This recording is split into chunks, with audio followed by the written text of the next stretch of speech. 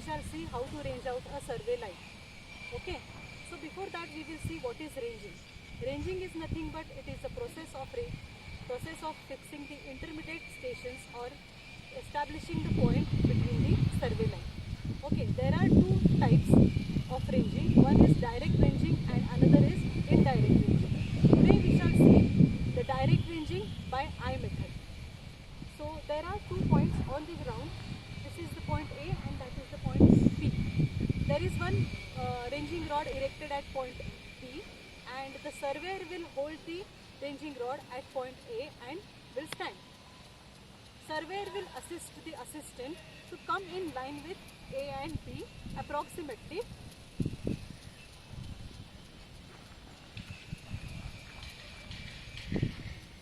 Okay. Then surveyor shall assist the assistant to move towards the right or towards the left so that the point P will be in line with A and B. Surveyor has to give some code of signals by hand movements.